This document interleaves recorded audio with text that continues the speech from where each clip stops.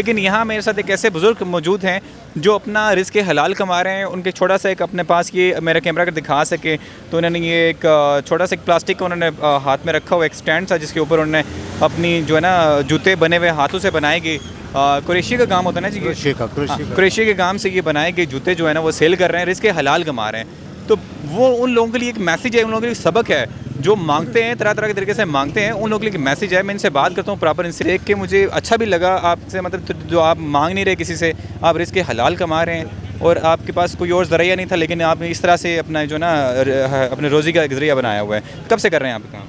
ये तकरीबन हम 30 साल से कर रहे हैं।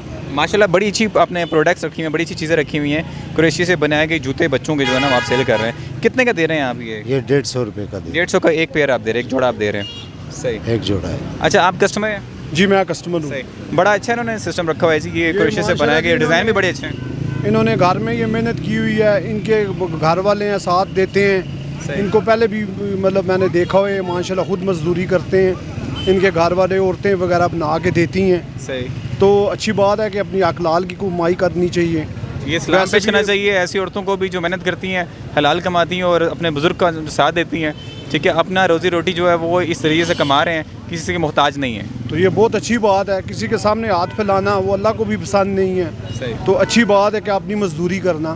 सही, कौन कोई कब तक देगा, हाथ फैलाना अल्लाह को भी पसंद नहीं है। बिल्कुल सही कह रहे तो अल्लाह पाक इनके कारोबार में भी बरकत डाले। हक लाल ही होता है। सही, तो वो अल्लाह को भी पसंद है और माशाल्लाह ये बुज़ुर्ग लगाते हैं, ये अपना ठीक है ऐसे ही लगाते हैं। हम खुद भी मजदूर हैं, हम भी फिर के ये चीज़ लेते हैं। सही, लेकिन अच्छी बात है कि हक लाल। सही। अच्छा मैं उन लोगों के लिए मैसेज देना चाहूँगा जो नौजवान ये कहते हैं कि हम सीवीज़ अपने हाथ में उठाई हुई हैं, हमें जॉब नहीं मिल रही, तरह तरह के ड्रामे होते हैं, वालिदैन के ऊपर भी बोझ होते हैं और अपना भी ज़िंदगी ज़ाया कर रहे होते हैं। असल में उनके लिए भी ये सबक है कि आप देखें, ज़रूरी नहीं है कि आपको कोई सी वेल सेटल किसी VIP सीट पर बैठाया जाए।